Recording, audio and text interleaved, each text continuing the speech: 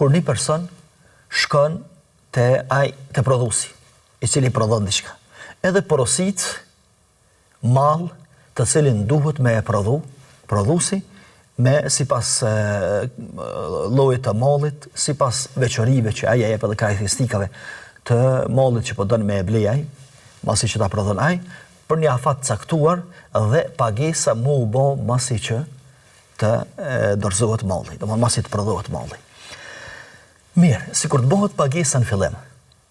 Domethënë nëse shkon te prodhuesi edhe e bën pagesën, për shembull thjesht e mobilerit.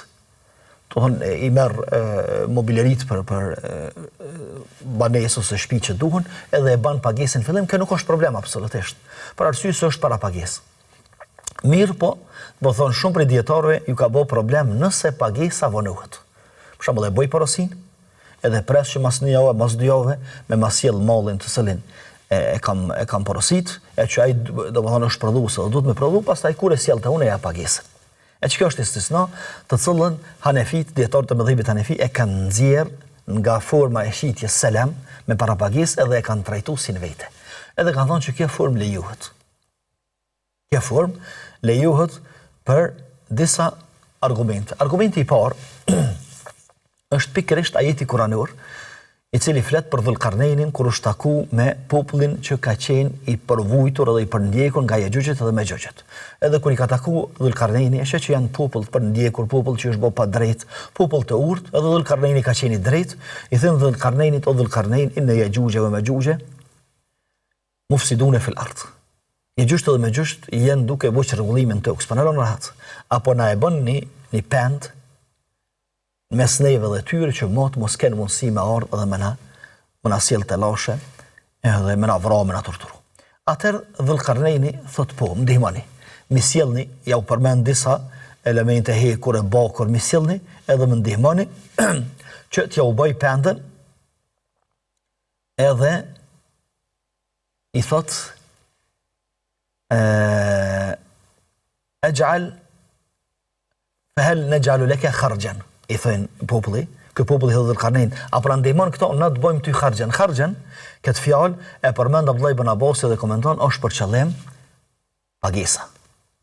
Domthonë është për qëllimin e pagesë të majme ta bëjmë ty. Domthonë ti kemë na kry punën, edhe kemi sjell elementet të cilat na duhet për me bë pendën edhe na të paguajmë mirë. Këto thënë dietarët, domthonë pagesa jo është bë masi që e ka kry punën Dhulkarneini alayhis salam.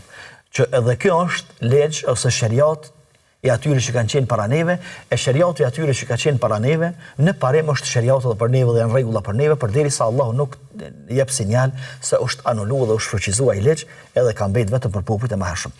Gjithashtu pejgamberi alayhi salatu wasalam i kërkoi një mjeshtrit Medine që punonte me ari, me ja rregulloni një unas të arit. Edhe ja rregulloi unazën e arit, pastaj Allahu i shpalli që ari nuk duhet me mbajt burrat, edhe heqi unazën e arit, edhe i heqën të gjithë sahabët, shokët e tij të cilët kishin unazat të arit. Këtu thënë këta dietarë të mëdhëbit Hanefi dhe kush pajtohet me ta, thonë që pejgamberi alayhi salatu wassalam ka kërkuar që më ja rregullu unazën, domethënë edhe me sjell arin, edhe me kry punën e rregullimit, domethënë shkrimin e pastaj formën e unazës, edhe në fund kur ja ka dorëzuar, ja ka bë pagesën pejgamberi alayhi salatu wasalam. Do të thotë këtu mund të thuhet që ku e dim na, ka mundësi që ja ka bë pagesën në fillim pejgamberi alayhi salatu wasalam, mirë po sa ka mundësi që ja ka bën në fillim, çash ka mundësi që ja ka bën edhe në fund. Domethënë një herë ka kry punën ai. Domethënë artari e ka marr arin, e ka rregulluar unazën, e ka kry punën tamam unazën që ka kërkuar pejgamberi alayhi salatu wasalam, edhe e ka dorëzuar unazën, pastaj e ka marr pagesën.